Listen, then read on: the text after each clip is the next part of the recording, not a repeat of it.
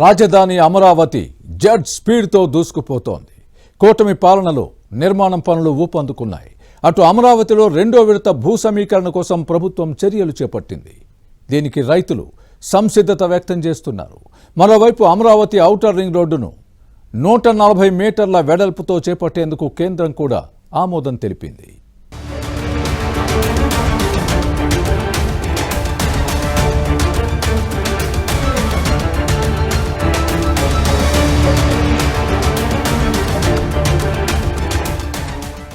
ఆంధ్రుల రాజధాని కొత్త సందడి సంతరించుకుంది.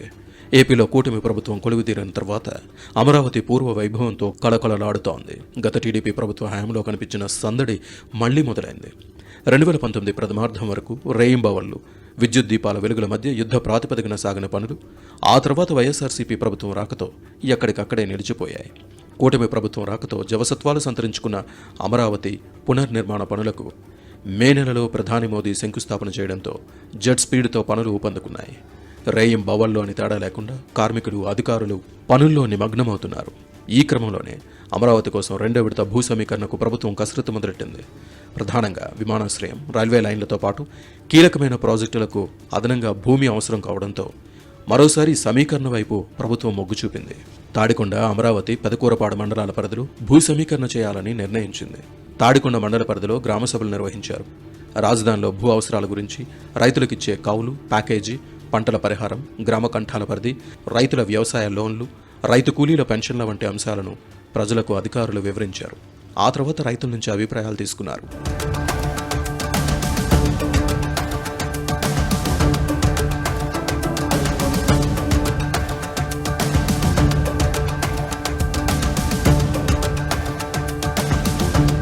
రాజధాని అవసరాల కోసం భూమి ఇచ్చేందుకు 90% మంది రైతులు సంసిద్ధత వ్యక్తం చేశారు. మరికొందరు తమ అనుమానాలు వెలిబుచ్చారు. గతంలో రాజధాని ప్రాంతంలో జగన్ ప్రభుత్వం చేసిన విధ్వంసాన్ని ప్రస్తావించారు. ఇప్పుడు చంద్రబాబును నమ్మి భూములిస్తే ఈసారి ప్రభుత్వం మారితే పరిస్థితి ఏంటని ప్రశ్నించారు. ఏమనుకుంటున్నాం, అదే పొలం చదివితే మాకేంటి లాభం? ఇప్పుడు 25 నెలలు ఇస్తామంటున్నారు, మీరు ఏడోసారి తీసుకొచ్చి ఆ 25 నెలల్లో పండించుకొని మేము తినేది ఏం లేదు కదా. మీరు ఇప్పుడు ఏం పొలం అమ్ముకునేది లేదు కదా, మేము పండించుకునేది ఏం లేదు కదా మీకు ఇచ్చినాక. మరి అది అడిగేది. మేము పొలం పని చేయలేము, ముసలోళ్ళం అయిపోతున్నాము, పిల్లలు ఉండారు, ఇంకా పిల్లలకు చదువులు ఉండయి, అప్పులు ఉండయి. అప్పులు ఎట్ట తీరాలి? మరి ఈ 4 ఇస్తాడు, ఇంకో ముందు నాటికి ఇంకో వస్తాడు, ఇంకొక ఆయన వచ్చాడని నమ్మకం అంటే చెబుతున్నాను మామూలుగా. మరి ముందు పట చేసే కదా, ఇప్పుడు ఈయన వచ్చి ఆయన రాలేదు, ఆయన ఇవ్వలేదు కదా. చూశారు కదా, 7 ఏళ్ళ నుంచి చూస్తున్నాం కదా, ఇబ్బంది పడుతున్నారు కదా. మరి రేపు అట్లే చేస్తాడేమో, అప్పుడు వీళ్ళు ఏం చెయ్యాలి? లోన్స్ గురించి కూడా కొద్దిగా క్లారిటీ ఇవ్వాలి. అది వ్యవసాయ రుణాలు అంటే గోల్డ్ లోన్కి కూడా వ్యవసాయ రుణాలు ఉన్నాయి. సో అది లేకపోతే పొలం పెట్టుకొని ఇచ్చే గోల్డ్ లోన్కా దేనికి 1,50,000 రుణమాఫీ చేసేది అనేది క్లారిటీ రావాలి. రెండోది 30,000 కౌలు అనేది ఇప్పుడు కరెక్ట్ కాదండి. అది 10 years బ్యాక్ వాళ్ళకి ఫస్ట్ ఫేజ్ పూలింగ్ చేసిన వాళ్ళకి ఇచ్చిన ప్యాకేజీ. ఇప్పుడు కనీసం ఒక 50,000 కౌలు ఇవ్వాలి. ఆ కౌలు కూడా ఇప్పుడు ఎక్స్టెండ్ చేసి 15 సంవత్సరాలు ఇస్తున్నారు రాజధాని రైతులకి. ఆ 15 సంవత్సరాల కౌలును మాకు కూడా వర్తింపజేయాలని కోరుకుంటున్నాం. మిగిలిన అన్ని విషయాల్లో గవర్నమెంట్ ఏదైతే చెప్పిందో దానికి మాకు సమ్మతంగానే ఉంది. గతంలో అమరావతి కోసం భూములిచ్చిన రైతులు 5 ఏళ్లు పడిన కష్టాలను గుర్తు చేసుకున్నారు. మరోసారి అలాంటి పరిస్థితి రాదనే నమ్మకం ఏంటని ప్రశ్నించారు. భూములు ఇవ్వడానికి సుముఖత వ్యక్తం చేసిన రైతులు కొన్ని డిమాండ్లను కూడా ప్రభుత్వం ముందుంచారు. రైతు కూలీల పరిస్థితి ఏంటని ప్రశ్నించారు. పిల్లల భవిష్యత్తు, రాష్ట్ర అభివృద్ధి నేపథ్యంలో భూములు ఇవ్వాలని నిర్ణయించుకున్నామని, తమ భూములు తాకట్టు పెట్టి లోన్లు తీసుకున్నామని అన్నారు. వాటిలో కొన్ని మాఫీ చేస్తామని అధికారులు చెబుతున్నారని, దానిపై ప్రభుత్వం స్పష్టత ఇవ్వాలని అన్నారు. అలాగే కౌలు 30,000 గిట్టుబాటు కాదని, కనీసం 50,000 ఉండాలని అన్నారు. అదేవిధంగా రాజధాని ప్రాంతంలో రైతుల మాదిరి తమకు సైతం 15 సంవత్సరాలు కౌలు ఇవ్వాలన్నారు. మిగతా అన్ని విషయాల్లో ప్రభుత్వంతో తాము ఏకీభవిస్తున్నామని అన్నారు. అది 15 ఎకరాలు ఉందండి మాది. మేము ఇష్టపూర్వకంగానే ఇస్తున్నాము. మాకు సోషల్గా మేము చాలా ఈ ట్రాన్సిషన్ ఫేజ్లో అమరావతి ట్రాన్సిషన్ ఫేజ్ అనేది చాలా ఇంపార్టెంట్. ఇక్కడ వ్యవసాయం చేసే వాళ్ళకి అవగాహన కల్పించాలంటే నాలాంటి స్వచ్ఛంద సంస్థల్లో పనిచేసే వాళ్ళం డెఫినెట్గా కూడా ఈ ట్రాన్స్ఫర్మేషన్ ఇవ్వాలి. వాళ్ళకి ఆ అవగాహన ఈ మాలాగా పనిచేసే వాళ్ళకి అవకాశం కల్పించాలని పెద్దల గౌరవనీయుల ముఖ్యమంత్రి చంద్రబాబు నాయుడు గారికి విన్నవించుకుంటున్నాను. మేము రాజధానికి కూలింగ్కి ఇవ్వడానికి మేము సిద్ధంగా ఉన్నాం. ముందుగా ఇక్కడ రాజధానికి మా ఊరు పేరు వచ్చిందంటేనే మేము చాలా సంతోషంగా ఉన్నామండి. మేము రాజధానికి భూములు ఇవ్వడానికి సిద్ధంగా ఉన్నాం. మా కోరిక ఏంటంటే ఉపాధి అనే మాట, మేము నష్టపోయే మాట వాస్తవం అండి. ఈ ఉపాధి కింద మా కుటుంబంలో నుంచి మా పిల్లలు చదువుకునే వయసులో ఉన్నారు, వాళ్ళకి ఏదైనా గవర్నమెంట్ ఉద్యోగం ఇస్తే మేము ఇంకా సంతోషపడతామండి. మీరు ఇచ్చే ప్యాకేజీలు మాకు అన్ని ఇష్టపూరితంగా ఉన్నాయి. గ్రామ సభల్లో స్థానిక ఎమ్మెల్యే తెనాలి శ్రావణ్ కుమార్ పాల్గొని రైతులకు భరోసా ఇచ్చేందుకు ప్రయత్నించారు. రైతుల అనుమానాలు నివృత్తి చేశారు. భవిష్యత్తులో తలెత్తే ఇబ్బందులను పరిష్కరించడంపై ముఖ్యమంత్రి చంద్రబాబుతో మాట్లాడతానని హామీ ఇచ్చారు.